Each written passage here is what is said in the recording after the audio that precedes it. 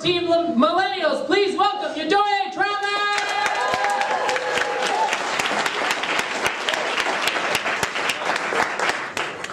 So I'd like to start by saying Kimbra is wonderful. Thank you very much. Are you arguing for Gen X? Was that for or against? Here I just have cool written in parentheses. I wasn't sure what you meant by that. Also, I guarantee there's a better remix to every song you named.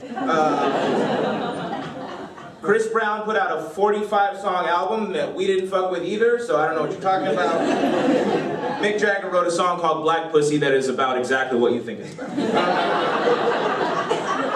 Also, Eye of the Tiger, okay song at best. We have ligers now. We made a lion fuck a tiger.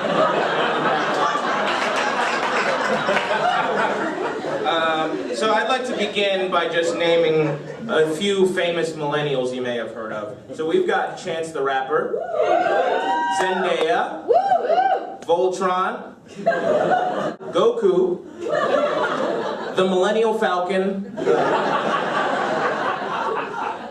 Alexandria Ocasio-Cortez. Famous Gen Xers, and excuse me, I didn't do a lot of research, but we got Hitler.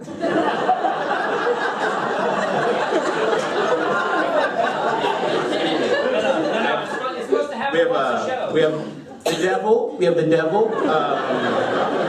Gavin McInnes. Snidely Whiplash. You have Thanos, Sauron, Gargamel, Mr. Slate from the Flintstones, Louis C.K., he's one of yours.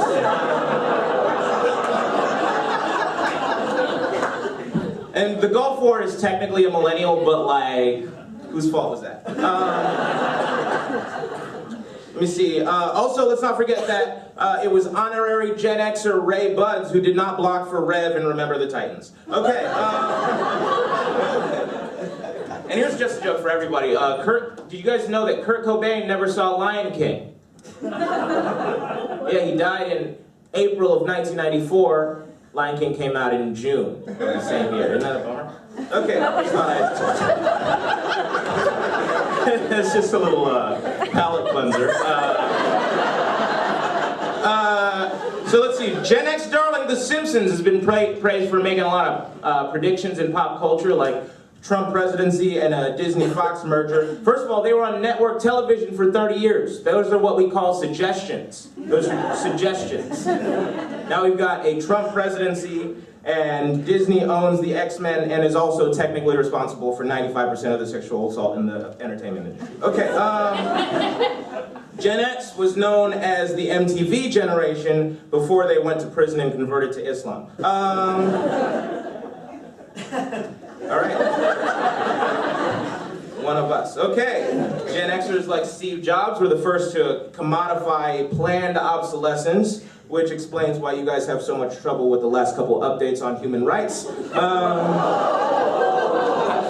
You guys remember when they legalized gay marriage and you were like, oh, I think I want to keep the same family, but then they never really worked quite the same? Remember that? Oh, okay. And also, Gen X was the first generation to push for comprehensive reform regarding sexual assault in the workplace, and also the first generation to decide that it was totally fine. So, I feel like that's most of what my notes are. I'd like to also add, just in terms of the Louis C.K. thing, let's talk about that. He supported Woody Allen for several years, and we just kind of let that slide. So just, you maybe think about that for a while. I'd just like to ask the room why we continue to support known sexual assaulters like Woody Allen. I saw Ants, it wasn't that good. And A Bug's Life is right there, and it's a much better movie. I feel like, what are we doing? Okay, look, that's all I have for this evening. Thank you guys very much.